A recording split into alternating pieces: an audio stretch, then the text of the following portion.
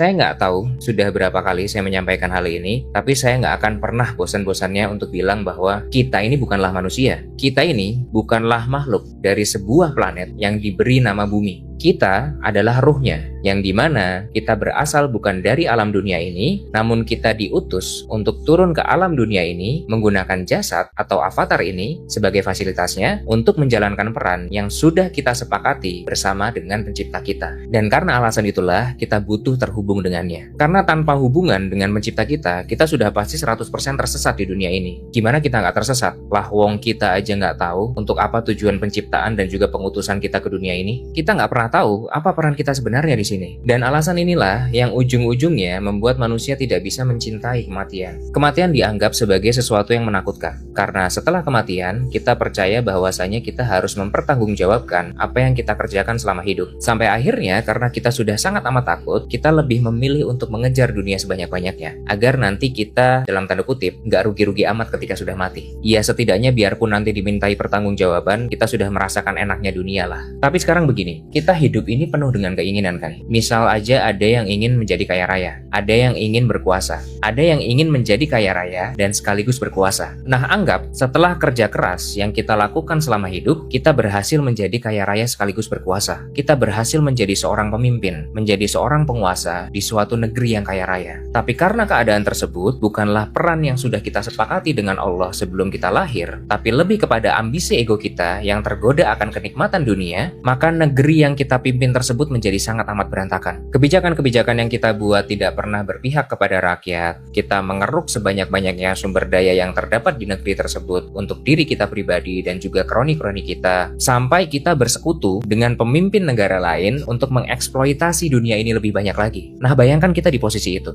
Akankah kita kemudian membayangkan kematian sebagai jalan pulang terbaik setelah kita menuntaskan tugas kita dengan baik? Pasti tidak. Kematian akan sangat amat kita takuti karena itulah waktu di mana kita harus mempertanggungjawabkan penyimpangan-penyimpangan atas tugas kita. Dan karena kita merasa bahwa waktu pertanggungjawaban itu masih nanti, masih lama, apa yang kemudian kita lakukan? Abaikan saja dulu deh Allahnya. Nikmati dulu sajalah dunia ini selagi masih sempat dan masih didukung oleh semesta. Toh saya juga banyak berbagi, saya banyak sekali menyumbang fakir miskin dengan kekayaan saya. Amanlah masalah pertanggungjawaban. Nah teman-teman, ini berbahaya sekali. Jangan sampai kita masuk ke golongan-golongan seperti ini. Karena sebesar apapun sedekah yang kita keluarkan, sebanyak apapun fakir miskin yang kita bantu, percayalah, itu tidak akan pernah bisa menyelamatkan. Karena pertanggungjawaban utamanya bukan hanya soal kamu apakan hartamu, tapi dari mana kamu memperolehnya dan apakah ini sesuai atau tidak dengan apa yang sudah kita sepakati sejak sebelum kamu aku turunkan.